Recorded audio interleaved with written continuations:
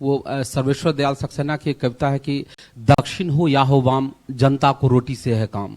तो सबसे बड़ी बात है कि आप समाज के अंतिम पायदान पर बैठे व्यक्ति के लिए जो विचारधारा सर्व करती है वही एक सामाजिक कार्यकर्ता की विचारधारा है। वही कैसे पहुंचेंगे अंतिम व्यक्ति तक? आपकी विचारधारा कैसे पहुंचे? वो कड़ी क्या जोड़ेगी आपको?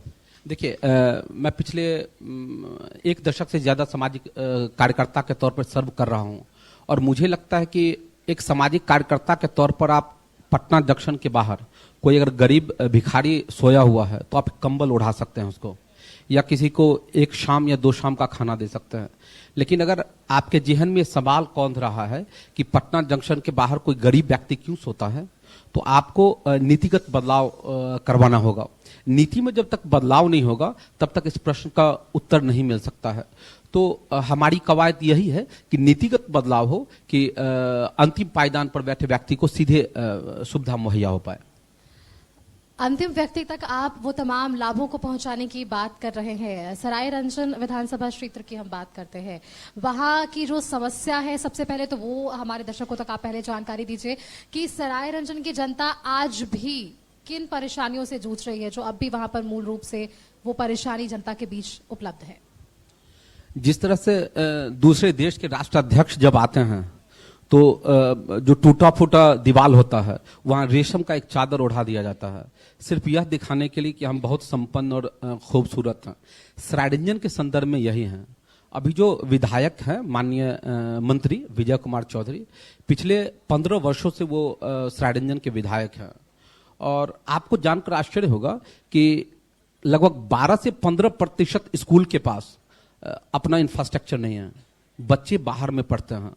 और विडंबना यह कि ये माननीय शिक्षा मंत्री के रूप में भी राज्य को सर्व कर चुके हैं।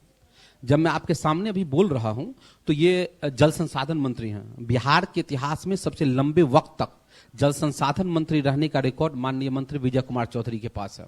इसके बावजूद आज सरायरंजन विधानसभा का एक क्षेत्र बाढ़ में डूबा हुआ है और ठीक उसी समय दूसरा क्षेत्र सुखाड़ की चपेट में है।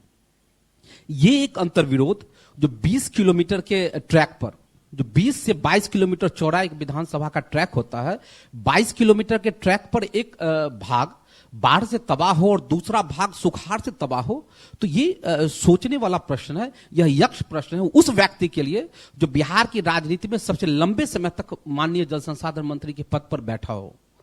वो कृषि मंत्री भी रहे हैं, वो शिक्षा मंत्री भी रहा, लेकिन शिक्षा के क्षेत्र में, कृषि के क्षेत्र में, जल संसाधन विभाग के क्षेत्र में एक भी ऐसी उपलब्धि सरायरंजन के हिस्से में नहीं है। मैं सरायरंजन क्या, मैं पूरे बिहार की बात करता हूं।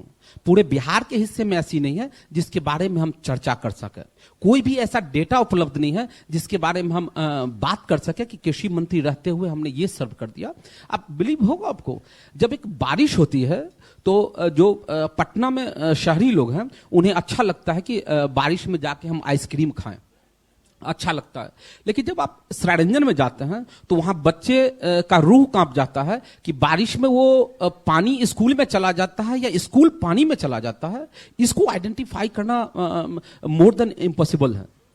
तो सबसे बड़ी विडंबना यही है कि आपने काम नहीं किया। इट्स ओके, हो सकता है कि वैसी परिस्थिति नहीं बनी हो कि कोई व्यक्ति लगातार 15 साल तक सत्ता में रहने के बाद भी काम न किया हो, ये ठीक है। लेकिन इसको यह प्रस्तुत करना कि विकास की गंगा बह रही है, ये धूमिल की कविता है। धूमिल कहते हैं कि हमारे देश में समाजवाद माल गोदाम में लटकी उस बाल्टी की तरह है जिसमें लिखा हुआ आग है मगर भरा हुआ बालू और पानी है। तो ये जो अंतर्विरोध है, ये अंतर्विरोध अगर आपको बिहार में कहीं देखना है तो आप सरायरंजन आइए। और आपके माध्यम से मैं उन तमाम सामाजिक सरोकार से जुड़े कार्यकर्ता को आमंत्रित करता हूं कि आप आइए और हकीकत को देखिए। हकीकत की बात आपने की है तो हकीकत आप अच्छे से जान रहे हैं, भावी प्रत्याशी है।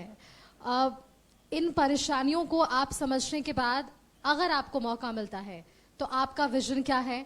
कैसे आप इन चीजों से उबार पाएंगे वहां की जनता को, और क्या आपका रोड मैप होने वाला है आगे इन सालों के लिए अगर होता है ऐसा तो? देखिए, मैं किसी यूटोपिया में नहीं हूं। ऐसा नहीं है कि मैं या कोई विधायक बन जाता है तो अचानक स्वर्ग बना देगा, ब्लैक एंड व्हाइट कर देगा। ये शुरुआत तो हो सकती है ना। तो सबसे पहले जो है हमारे सरायरंजन में एक भी डिग्री कॉलेज नहीं है। जब मैं कह रहा हूं आप इस बात को रेखांकित कीजिए कि हमारे विधायक माननीय शिक्षा मंत्री के रूप में भी सर्व कर चुके हैं, उस क्षेत्र में एक भी डिग्री कॉलेज नहीं है। तो सबसे बड़ी बात है कि एक डिग्री कॉलेज का हमारा होना। हमारे यहाँ 15 से मेडिकल कॉलेज भी है। माननीय तेज प्रताप यादव जो स्वास्थ्य मंत्री थे तो उन्होंने स्वीकृति दी थी मेडिकल कॉलेज की, लेकिन मेडिकल कॉलेज 1 साल 7 महीना आज 19वां दिन है, उद्घाटन के बाद भी उसमें इमरजेंसी सेवा नहीं है। तो हमारी कोशिश होगी कि सरायरंजन के लोगों को 15 से 20 मिनट के भीतर में आपातकालीन चिकित्सा सुविधा उपलब्ध हो जाए। इस तरह से व्यवस्था करनी होगी कि कोई भी व्यक्ति, गरीब से गरीब व्यक्ति अगर जरूरतमंद है और वो एक कॉल करता है तो 15 से 20 मिनट के अंदर में उसको वो सारी सुविधा मुहैया होनी चाहिए। ये दो मैंने एजुकेशन के सेक्टर में कहा। और हमारे यहाँ कोई भी स्कूल ऐसा नहीं है कि विद्यालय जिसको आप मॉडल के तौर पे कह सकते हैं। तो मैं सिर्फ सरायरंजन नहीं, मैं तमाम लोगों से आग्रह करता हूं जो राजनीति में आ रहे हैं, राजनीति कर रहे हैं, अगर एक विधायक चाहे तो एक विधानसभा के अंदर में औसतन 2 ब्लॉक आता है, दोनों ब्लॉक में एक एक वो मॉडल स्कूल डेवलप कर सकता है।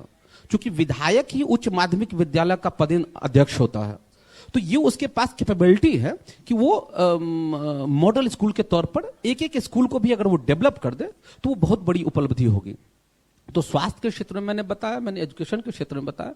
हमारे यहाँ शुद्ध पानी नहीं है।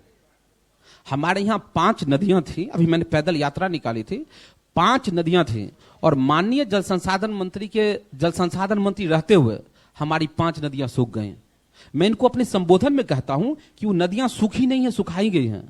वो नदियों की हत्या की गई है, माननीय मंत्री के द्वारा उन नदियों की हत्या की गई है। मैं बड़ी जिम्मेदारी से ये बात कहता हूं।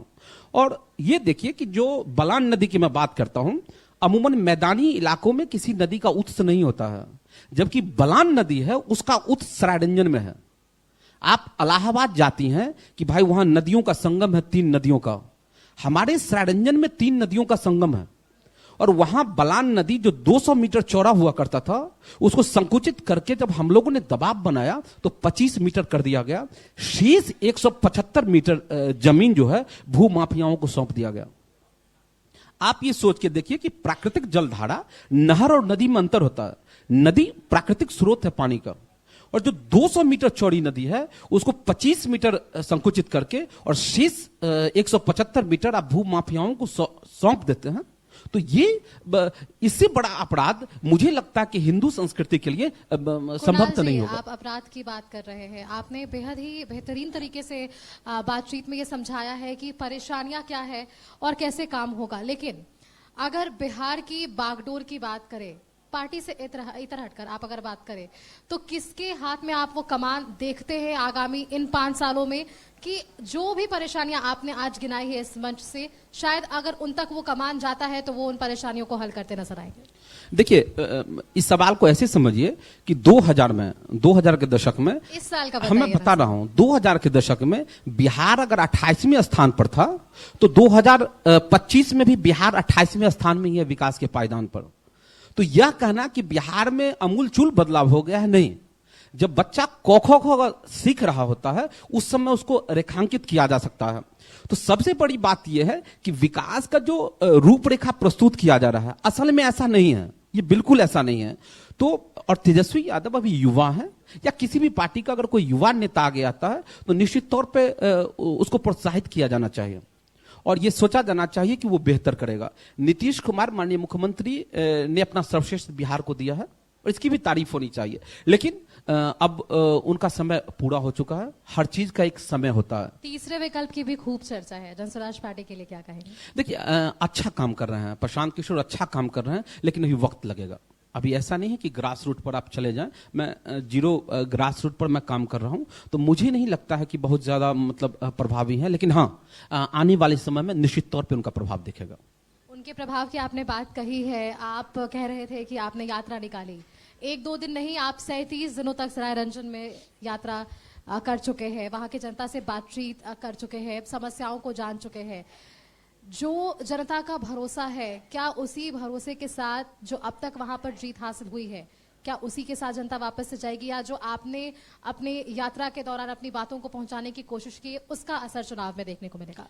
देखिए, चुनाव एक अलग गणित है और वोटिंग ये तो और भी अलग गणित है। अभी जो आपको दिख रहा है जरूरी नहीं है कि वो बैलेट में तब्दील हो जाए, ये जरूरी नहीं है। दोनों का गणित अलग है, लेकिन उस गणित के गुणा भाग से ज्यादा जरूरी है कि समाज में जो गलत हो रहा है वो आप चिन्हित कर पाते हैं या नहीं। हर व्यक्ति को अपने हिस्से की जिम्मेदारी पूरी करनी चाहिए, और मुझे खुशी है कि मैं अपने जिम्मेदारी को पूरा कर रहा हूं। और चुनाव में क्या होगा ये तो उस समय का गणित होगा, और बहुत समीकरण होता है। ऐसा थोड़े है कि जो अभी जो चीज है वही चुनाव में रिफ्लेक्ट हो जाएगा। बहुत चीजें हैं वो देखी जाएंगी उस समय। बिल्कुल, चलिए बेहद शुक्रिया कुणाल जी आपका हमारे साथ जुड़ने के लिए। आपने बातचीत की और अपनी राय पार्टी से इधर हटकर बताया है कि क्या बेहतर हो सकता है बिहार के लिए और कैसे बेहतर हो सकता है। बहुत बहुत शुक्रिया कुणाल जी आपका। शुक्रिया, धन्यवाद। धन्यवाद सर। बहुत बहुत धन्यवाद कुणाल जी। और हम चाहेंगे कि हमारे अगले मेहमान आरजेडी नेता